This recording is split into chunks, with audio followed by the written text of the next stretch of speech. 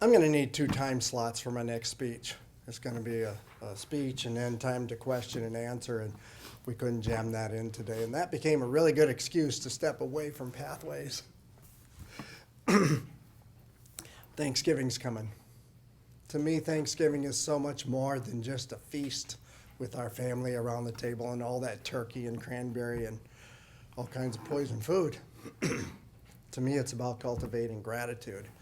I grew up on a farm. I know what it means to cultivate a lot.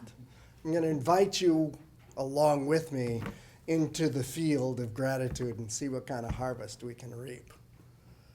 First of all, I want you to envision my dining room. Our dining room is oversized for our smaller split entry house.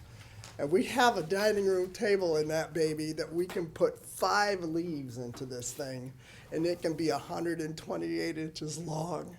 There's hardly room to get around it. And this Christmas, that thing's going to be full. Pretty much all the kids are going to be coming home. The most precious thing we get to do as a family is the family supper. And if it's a birthday, we're going to get to share about what's special about the other person.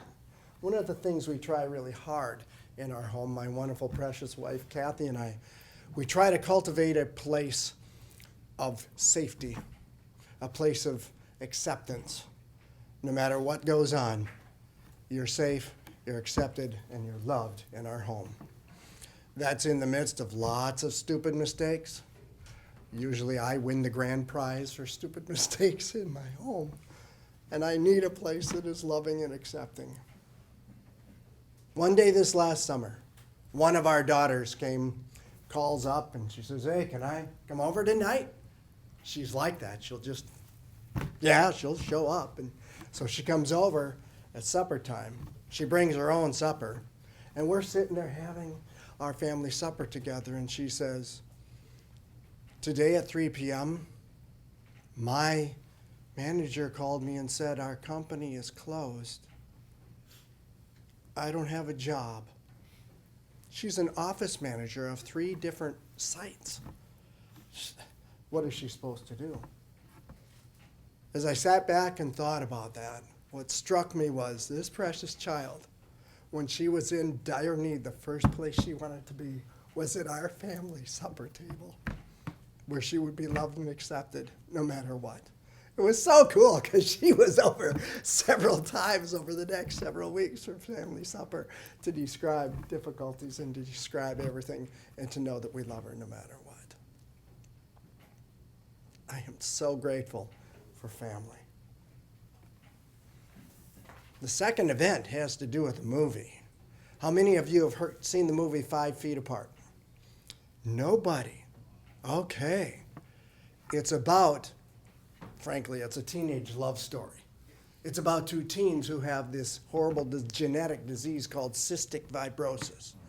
Beautiful lungs are nice and pink. Cystic fibrosis lungs have lots of fiber and holes in them, and they fight for survival. I have a cousin who had cystic fibrosis, and as a wife and mother of several young children, she passed away in her 30s. She lived long for this particular disease. In this movie, they showed what these people have to do just to survive. Now, she's a teenager, and she's got upwards of 12 medications, and she's got 4 rows of all these medications, and she has to march through each of those every single day. And she has to put on a vibrator chest to help break things up. She has to exercise in a certain way, and she has to make sure that she can't get near anybody because she might breathe in some kind of bacteria and die.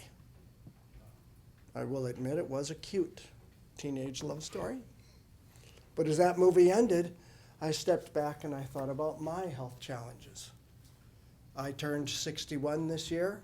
Though I look like the paragon of health, I have my own challenges. Everybody here has their own health challenges. But at the end of that movie, I sat back and said, I don't suffer at all.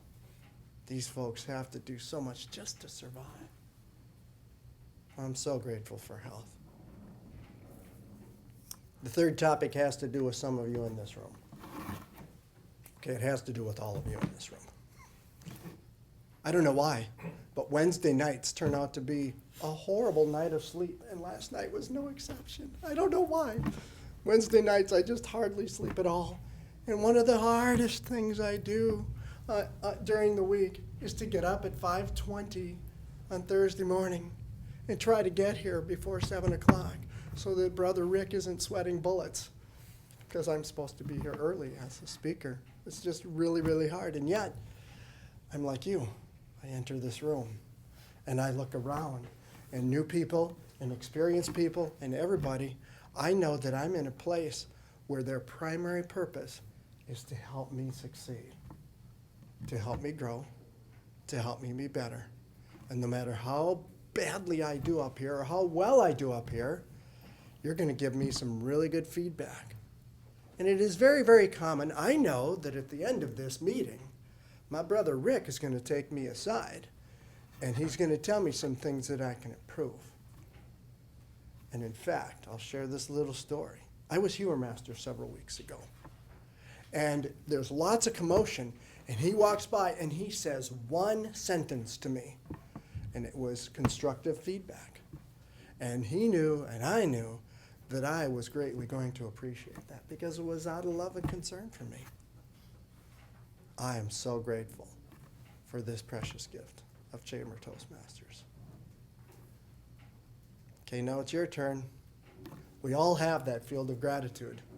We all have that place where we can just, in the midst of, I don't even watch TV.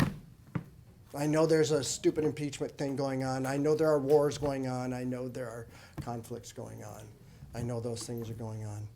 But we all have that field of gratitude, especially as we march forward through the next week. I'm going to invite you to wander out into your field of gratitude, do some cultivation, and see what kind of harvest you reap.